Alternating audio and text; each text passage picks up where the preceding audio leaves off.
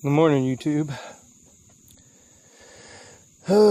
Just recently I discovered my alternator wasn't really putting out the voltage. I do have a video on there, me talking about it. It was only putting out like 9 to 10 volts.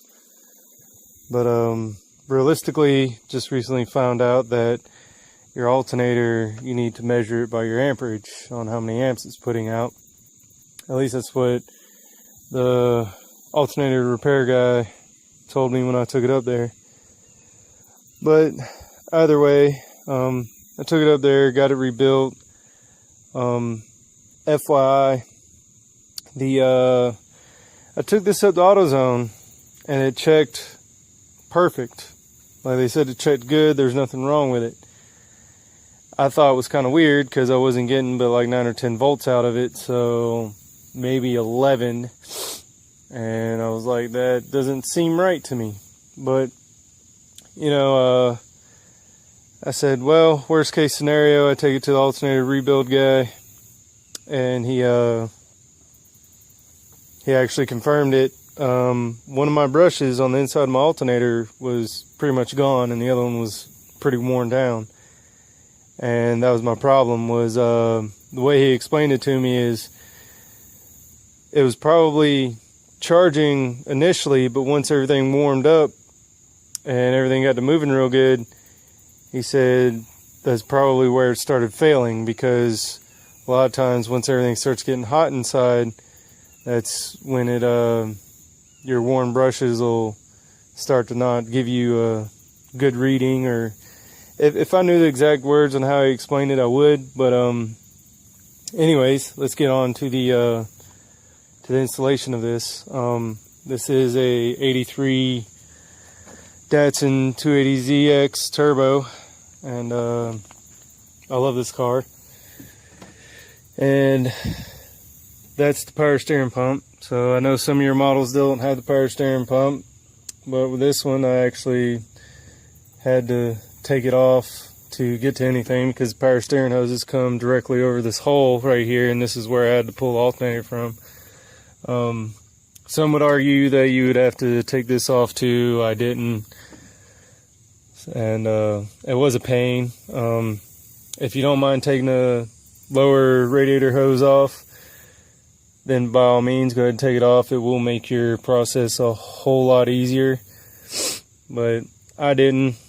I kind of wish I did, because it would be easier putting it back on. But then again, I don't have any coolant to refill my alternator. Huh, dumb. I don't have any coolant to refill my radiator.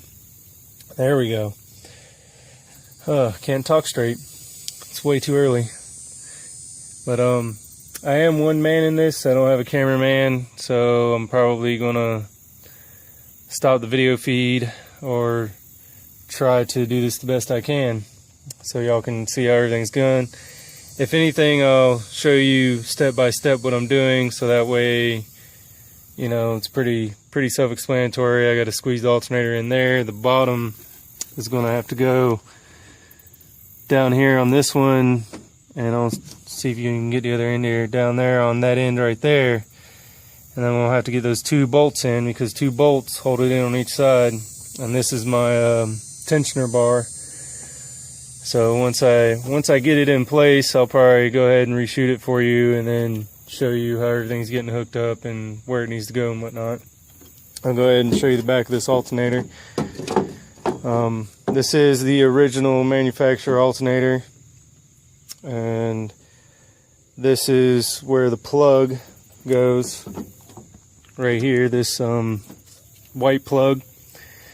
And then you got your battery. This one right here, your white's your battery, and this black one's your ground.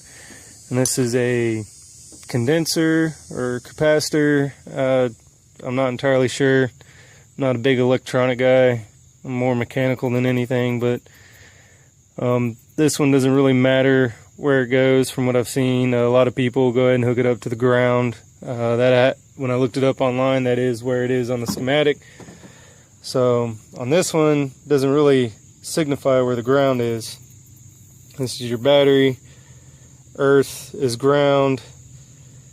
and that's where your plug-in goes. So the ground and the capacitor will go into here, your battery connections. And this little plug here, I was told, is just another another field wire for the power when it generates, and it's not necessary. You can run it from here to your hot, what I was told, but it's not necessary. So I'm not gonna mess with it. I'm gonna put it all back on there, see if it runs. Before, as soon as I turn on my headlights, the car would die, which is usually a good sign that your alternator is weak and can't keep up with it. It might be putting out enough power to run the car and do what it needs to, but you might have a dead battery afterwards because it's not supplying enough to charge the battery, or it might not be supplying enough power to function anything else other than the motor.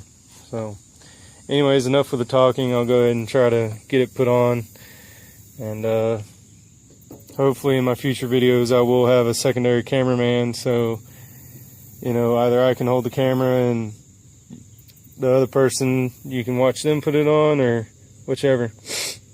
Anyways, well, I got a little carried away, but yeah, my bad. But this is what I was saying about the power steering pump. I had to take it off because these hoses are all up in the way. Yeah, I'm pretty sure you might be able to drop it from the bottom, but I'm working in dirt here and I didn't exactly plan for this, so I didn't roll it up on any ramps or anything like that. But I don't know how well you can see, if you can see all my wires down there. See if I can get this a little closer. But there we go, kind of see a little better.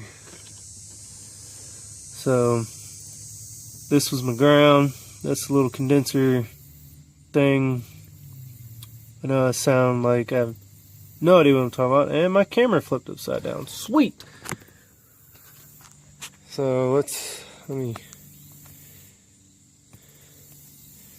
fix this here. Did that fix it? Maybe. We'll see. Nope, it didn't fix it. Of course, my camera's being stupid. Hold on a second. Well, anyways, I can't. I'm using my phone, unfortunately, so everything's acting all kinds of stupid. Anyways, this is the plug, the little plug I was telling you, and it snaps in. The hot's right here under it. You can see the boot, the bolts right there. It is right there. That's the bolt for the battery. And like I said, they're labeled. E is your ground, stands for earth, and then on this one it actually says battery. I got the ground hooked up there. Now this, see that bolt right down there at the bottom? I barely see it. For me, I had to put that one in first. I don't know if it'll be the same for you, but it was easier for me to put that one in and then go all the way to the other side here. I know you can't see it down there, but there's another one on the other side of this pulley here, and then I had to put that one in. It was a huge pain, especially since I sliced open my finger so freaking awesome. As you can tell, I got the band-aid on my finger. And then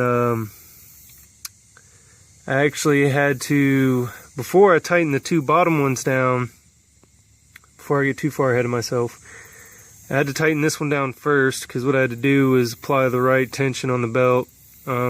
General rule of thumb is you want about a 1/2 inch of play on your belt. You don't want to over tighten it, because you can mess things up that way.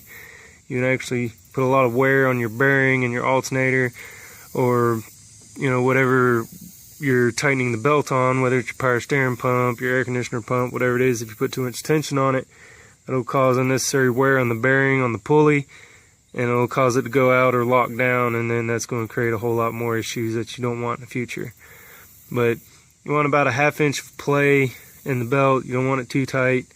I mean, obviously when you crank it up and it squeals, try to tighten it down a little bit and go from there. If you got oil on your belt, doesn't matter how hard you tighten it, it's probably still going to slip. So if you get oil on the belt, I either recommend getting a new one. If you can't do that, I have soaked them in degreaser like Purple Power or Grease Lightning, and cleaned them off the best I could, because that's going to dry the belt back out, give it its grip back, and then it should get rid of most of the oil. I have done that before and it helped out greatly. Just make sure you let it dry out for a few hours, or at least half a day. Or if you're doing it at night, wash it at night. By morning it should be dried out enough, good to go. Anyways, I had to tighten this bolt down first so it'd keep tension on the pulley, and then I had to tighten the bottom ones down. And you don't want to over tighten them. I do not know the specific torque value, or if there is one. Just use common sense. I've seen way too many people snap bolt heads off because they want to try to manhandle something. Just snug it up real good. You know, you don't want to, you know, try to bench press the whole bolt, and go from there. And obviously after you run it up and check everything, you know, make sure nothing came loose. If it did, tighten it up again. Oh, another thing I had to take off before I forget, this kind of random on the subject. My fuel lines, they go right here. So right here, the canister here, go from here. This is your inlet, goes up top, and your return is the one that goes along the side here, and it is your goes right here on the bottom. That's where the return goes. So, and I do apologize for all the movement of the camera. Kind of new at this. I know if whoever watches this, if I get anybody to watch it, it's gonna blast me on the videos. And I had to take this vacuum line off, and it goes right here. Just when you start taking stuff off, you know, make a video like this right here so you remember where everything goes.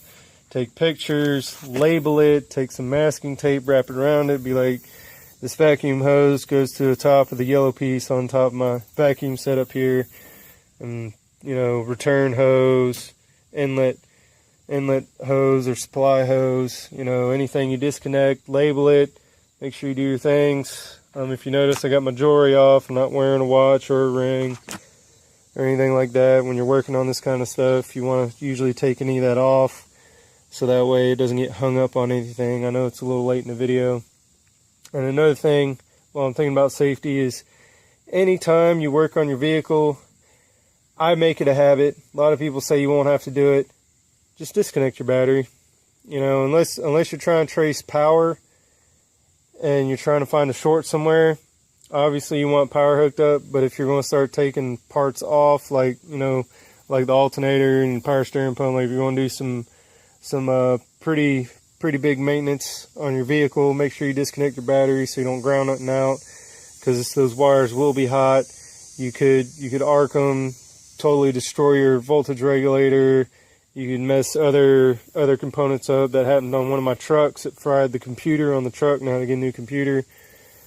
So just, you know, safety, unless you're actually troubleshooting for wire voltage and making sure you're getting power to where you need to, just go ahead and disconnect your battery.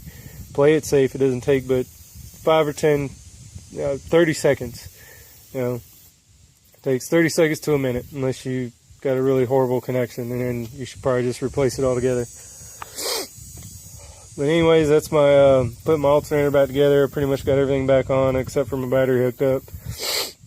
So just whenever you're working on something, be safe, be careful, and if it starts up, I'll continue the video and let you know. If not, I'll still let you know what I found out.